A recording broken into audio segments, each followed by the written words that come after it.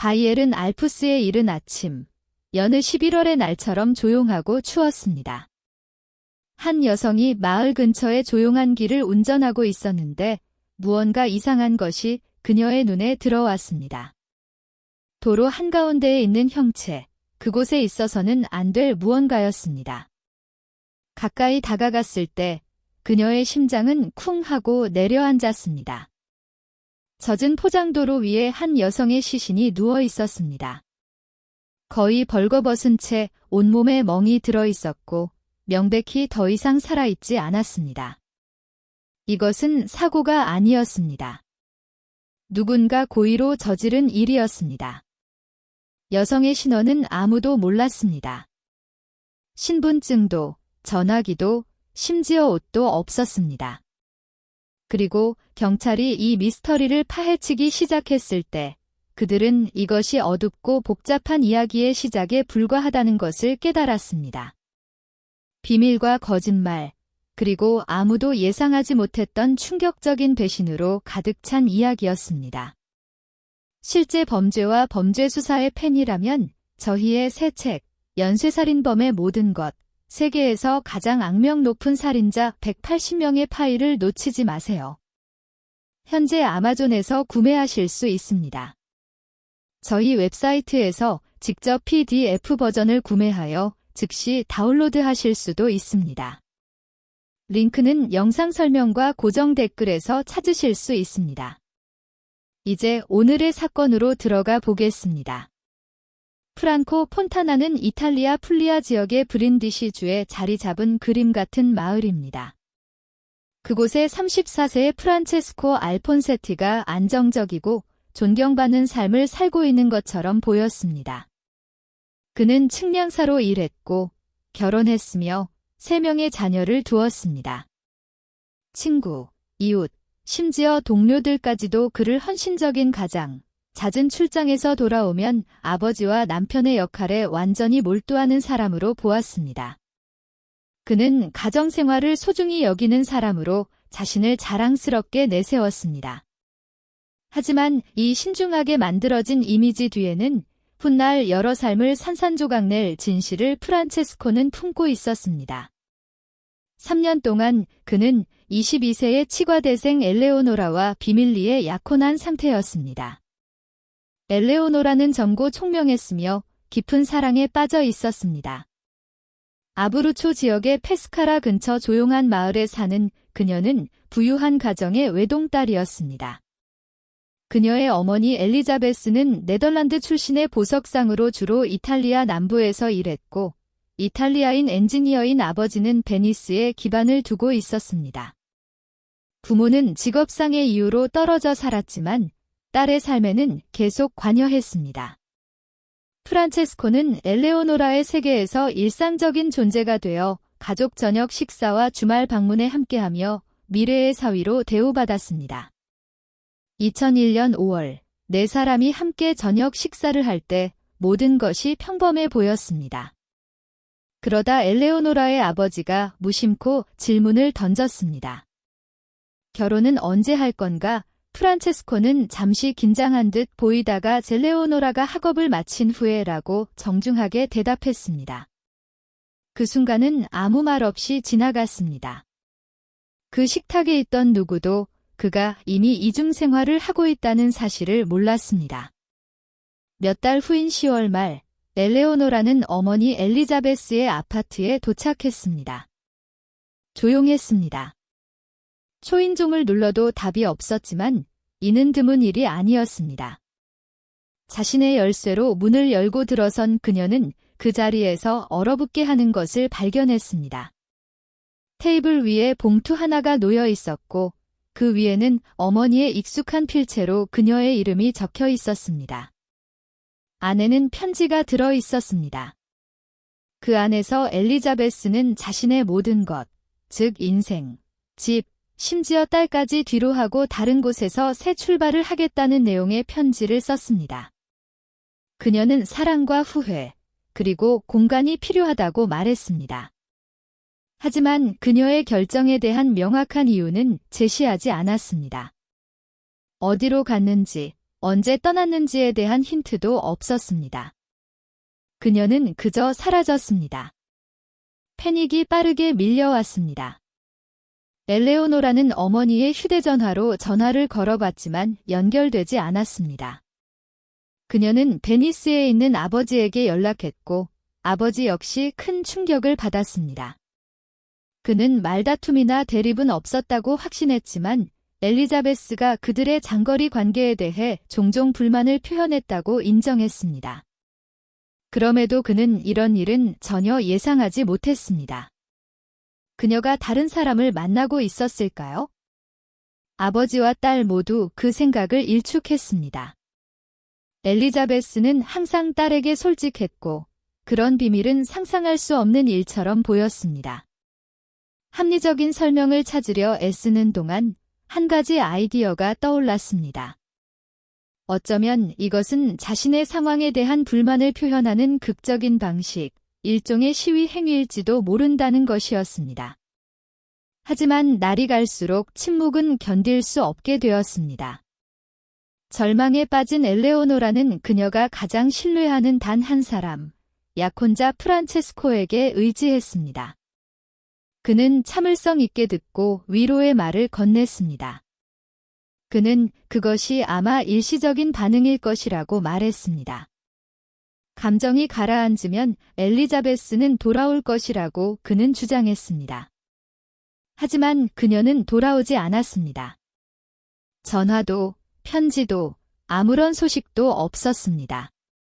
몇 주가 지나고 그 부재는 영구적인 것이 되었습니다. 이상한 실종으로 시작된 일이 훨씬 더 심각하고 어두운 무언가처럼 느껴지기 시작했습니다. 그때 엘레오노라는 어머니로부터 엽서 한 장을 받았습니다. 오스트리아에서 온 것이었습니다.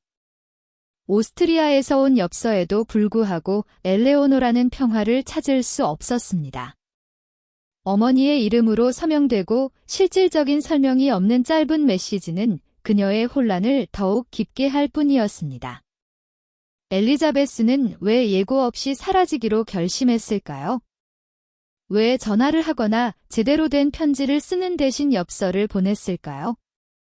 그것은 단순히 공간이 필요한 사람의 행동처럼 느껴지지 않았습니다. 더 차갑고 더 무심하며 마치 다른 사람이 쓴 것 같았습니다. 프란체스코는 엘레오노라의 곁을 지키며 헌신적인 약혼자에게 기대할 수 있는 변함없는 지지를 보냈습니다. 그는 낮과 잠 못 이루는 긴 밤 동안 그녀를 위로했습니다. 그러나 그녀의 슬픔 밑바닥에서는 더 깊은 두려움이 뿌리내리기 시작했습니다. 무언가 잘못되었습니다. 그녀의 직감은 어머니의 실종이 벅찬 여성의 충동적인 결정이 아니라고 말해주었습니다. 그것은 다른 무언가, 훨씬 더 사악한 것이었습니다. 한편 수백 마일 떨어진 독일 남부에서는 그 지역을 충격에 빠뜨릴 장면이 펼쳐지고 있었습니다. 2001년 11월 6일 아침, 조용한 알프스 산길에서 한 현지 여성이 외딴 길을 운전하고 있었습니다. 이른 시간이었고 밤새 내린 비로 길은 젖어 있었는데 그때 그녀는 앞쪽에 이상한 것을 발견했습니다. 처음에는 그것이 무엇인지 알 수 없었습니다. 단지 아스팔트 위에 희미하고 이상한 모양의 형체일 뿐이었습니다. 하지만 가까이 다가갈수록 공포가 그녀를 사로잡았습니다. 도로 한가운데에 한 여성의 시신이 미동도 없이 누워 있었습니다. 그녀는 속옷만 입은 채 거의 벌거벗고 있었고 몸은 피로 뒤덮여 있었습니다.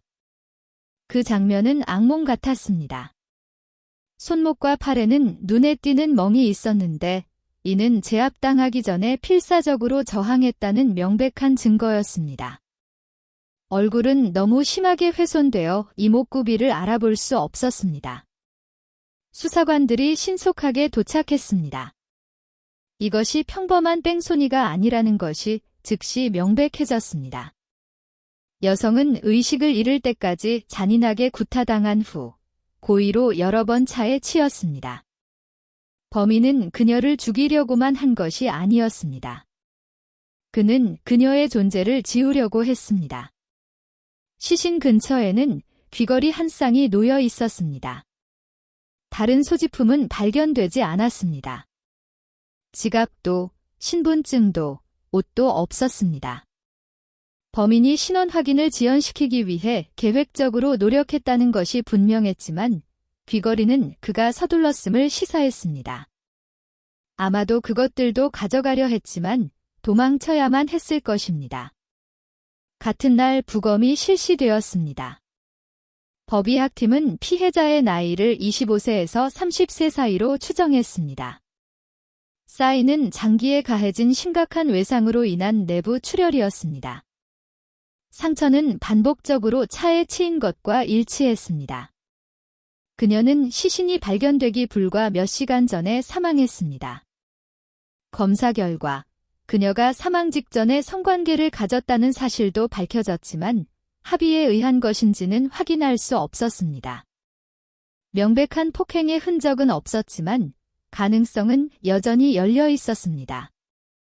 또 다른 중요한 세부 사항이 드러났습니다. 여성은 이전에 임신한 적이 있었고 적어도 한 번 출산한 경험이 있었습니다. 이러한 생물학적 단서는 수사관들에게 작은 실마리를 제공했지만 더 많은 것이 필요했습니다. 추가 검사가 지시되었습니다. 시간이 걸리겠지만 그들은 기꺼이 시간을 투자할 의향이 있었습니다. 그리고 돌파구가 찾아왔습니다. 바로 그날 아침 시신이 발견된 곳에서 거의 30m 떨어진 곳을 걷던 행인이 강둑을 따라 버려진 비닐봉지를 발견했습니다. 안에는 여성복이 들어 있었습니다. 무언가 이상하다고 느낀 그는 지역 경찰에 연락했습니다. 수사관들은 즉시 통보를 받고 물품을 인수했습니다. 그들이 발견한 것은 그들의 의심과 일치했습니다. 봉지에서 발견된 브래지어는 여성이 입고 있던 란제리 세트와 같은 것이었습니다. 모든 의류, 상표, 사이즈, 스타일이 동일인의 것이었습니다. 상표는 이탈리아제였고 이는 피해자가 이탈리아 시민이 아니더라도 이탈리아와 관련이 있음을 시사했습니다. 형사경찰은 신속하게 특별수사위원회를 구성했습니다. 그들의 첫 번째 목표는 피해자의 신원을 확인하는 것이었습니다. 당국은 독일과 이탈리아의 모든 실종자 보고서를 샅샅이 뒤졌습니다. 그 수색에서 아무것도 나오지 않자 그들은 범위를 넓혀 최종적으로 48개국의 데이터베이스를 확인했습니다. 여전히 일치하는 사람은 없었습니다. 마치 이 여성이 흔적도 없이 지구상에서 사라진 것 같았습니다. 기록도, 실종 신고도, 신원도 없었습니다. 단서가 없음에도 불구하고 수사관들은 단호한 태도를 유지했습니다. 피해자의 손톱 밑에서 회수된 DNA 샘플은 그녀가 격렬하게 저항하는 동안 긁혔을 가능성이 높아 희망적이었습니다. 그것은 그녀가 반격했고 범인이 흔적을 남겼다는 것을 나타냈습니다. 하지만 그 희미한 희망은 금세 사라졌습니다. DNA는 국내외 데이터베이스에서 일치하는 결과를 내지 못했습니다. 이 범죄를 저지른 자는 시스템에 없었습니다. 몇 주가 지나고 몇 달이 흘렀습니다. 피해자의 신원은 미스터리로 남았고 그녀의 인상착의와 일치하는 실종자 보고서가 없어 수사관들은 교착 상태에 빠졌습니다. 얼굴 없는 여성은 단순한 미해결 사건 이상이 되어가고 있었습니다. 그녀는 누군가가 흔적도 없이 세상에서 사라질 수 있다는 것을 상기시키는 잊히지 않는 존재였습니다.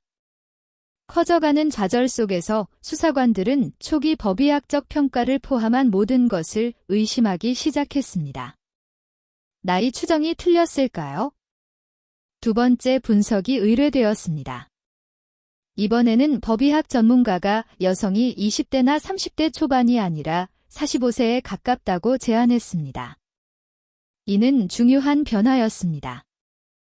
하지만 이 수정된 추정조차도 어떤 문도 열지 못했습니다. 실종자 보고서는 계속해서 아무것도 나오지 않았습니다. 대중의 관심을 다시 불러일으키기 위해 당국은 여성의 완전한 얼굴 복원을 의뢰했습니다. 그녀의 두개골 구조를 기반으로 사후 이미지가 신중하게 제작되었습니다. 그 모습은 독일과 이탈리아 언론을 통해 방송되었고 신문과 인기범죄 TV 프로그램에 소개되었습니다. 희망은 간단했습니다. 어딘가에 있는 누군가가 그녀를 알아볼 것이라는 것이었습니다. 아무도 알아보지 못했습니다. 시신이 발견된 지 9개월 후인 2002년 8월, 특별수사위원회는 공식적으로 해체되었습니다.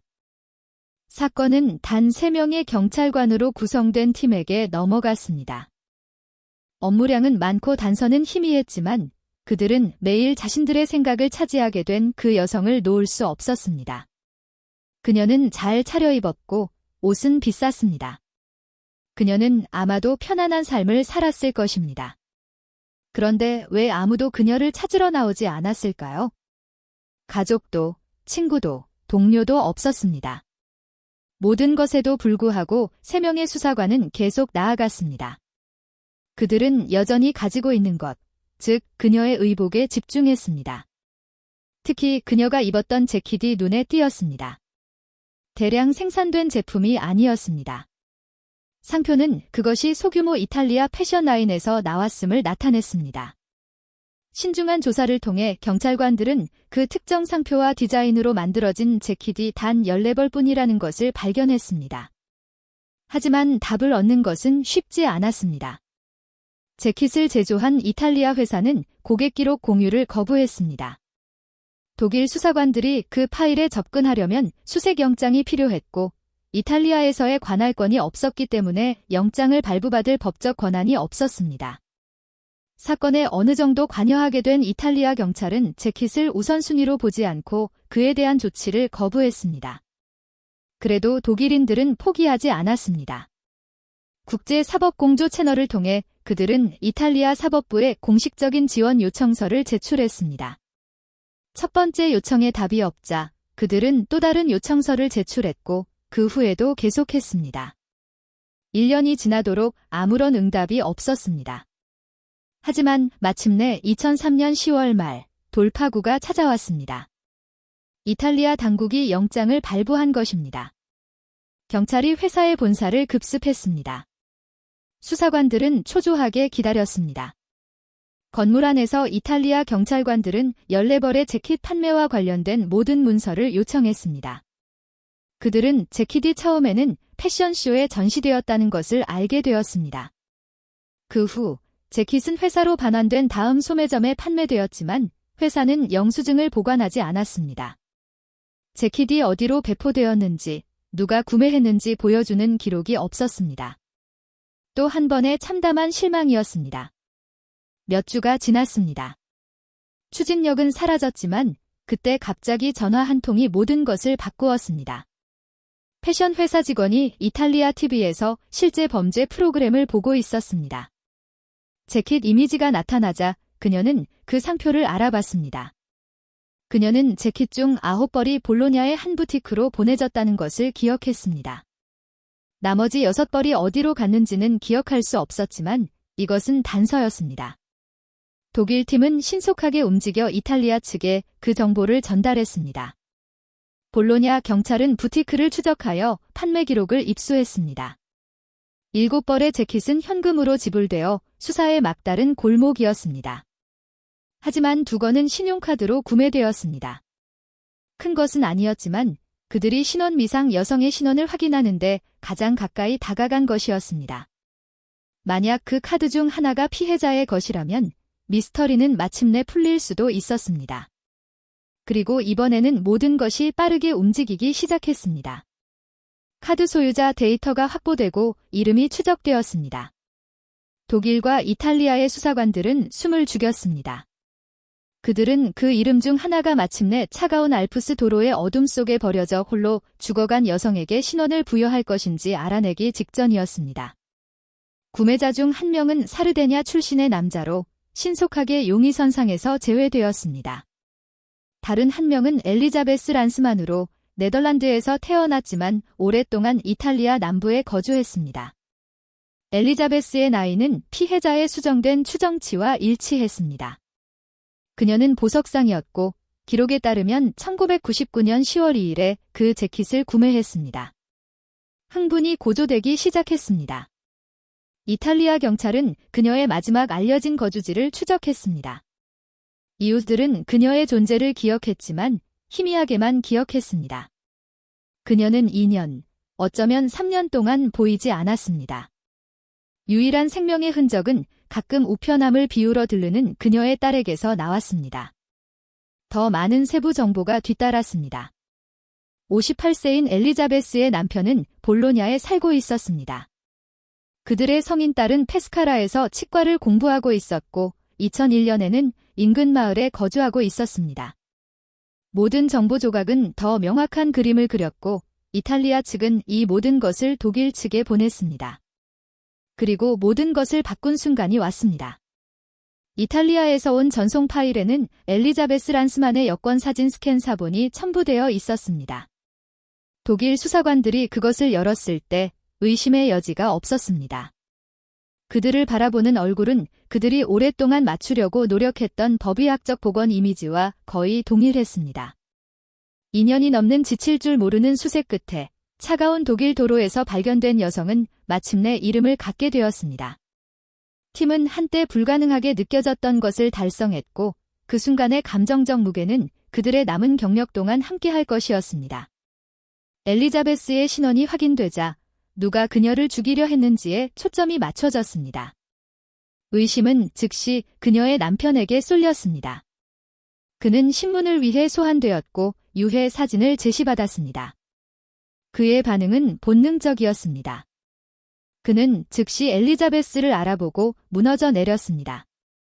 왜 그녀를 실종 신고하지 않았느냐는 질문에 그는 엘리자베스가 자신과 딸에게 영원히 떠난다고 말했다고 고백했습니다. 그녀는 심지어 해외에서 엽서 몇 장을 보내기도 했습니다. 버림받았다고 확신하고 부끄러웠던 그는 이웃들에게 그녀가 죽었다고 말하며 창피함을 피하기 위해 호랍이 행세를 했습니다. 그럼에도 불구하고 그의 DNA는 엘리자베스의 손톱 밑에서 발견된 샘플과 일치하지 않았고 그의 감정적이고 비극적인 이야기는 궁극적으로 일관성이 있었습니다. 수사관들은 그가 살인자라고 믿지 않았습니다. 그때 새로운 단서가 나타났습니다. 엘리자베스의 휴대전화가 나타났습니다. 그것은 이탈리아 남부의 작은 마을 프랑카빌라 폰타나에 사는 한 여성의 손에 있었습니다. 그녀는 엘리자베스를 전혀 모른다고 주장했습니다. 그 전화기는 남편으로부터 받은 선물이라고 말했습니다. 그 남자는 프란체스코 알폰세티였습니다. 이 폭로는 얼마 남지 않았던 확신마저 산산조각 냈습니다. 이미 엘레오노라의 약혼자로 수사관들에게 알려진 프란체스코는 이제 엘리자베스와 직접적으로 연결되었습니다. 프랑카빌라 폰타나에서 그와 함께 살고 있던 그의 아내는 그의 이중 생활을 모르고 있었습니다. 진실은 누구도 상상했던 것보다 훨씬 더 어두웠습니다. 한때 위로를 건네던 배경인물이었던 프란체스코는 이제 주요 용의자가 되었습니다. 하지만 그를 체포할 증거는 아직 충분하지 않았습니다.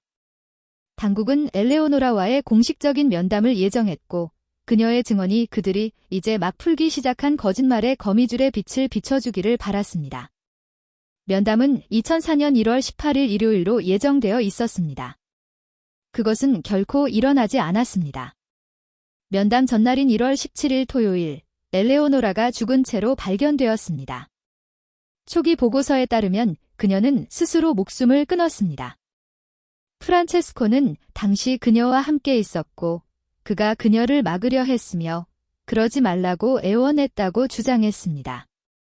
하지만 수사관들은 그 상황이 너무나도 편리하다고 생각했습니다. 프란체스코는 즉시 구금되었습니다. 경찰은 그가 거짓말을 하고 있다는 것을 알았지만 그것을 증명하려면 의심 이상의 것이 필요했습니다. 엘리자베스는 죽었고 엘레오노라도 죽었으며 무슨 일이 있었는지 설명할 수 있는 사람은 프란체스코뿐이었습니다. 그의 사건 설명은 터무니없었습니다. 그는 엘레오노라가 죄책감과 수치심 때문에 독일에서 자신의 어머니를 죽였다고 주장했습니다. 그는 그녀의 자살이 후회 때문이라고 말했지만 아무도 그의 말을 한마디도 믿지 않았습니다. 사건의 시간 순서를 맞추는 것은 어려웠지만 수사관들은 점차 그들이 가장 가능성 있는 시나리오라고 믿는 것을 형성했습니다.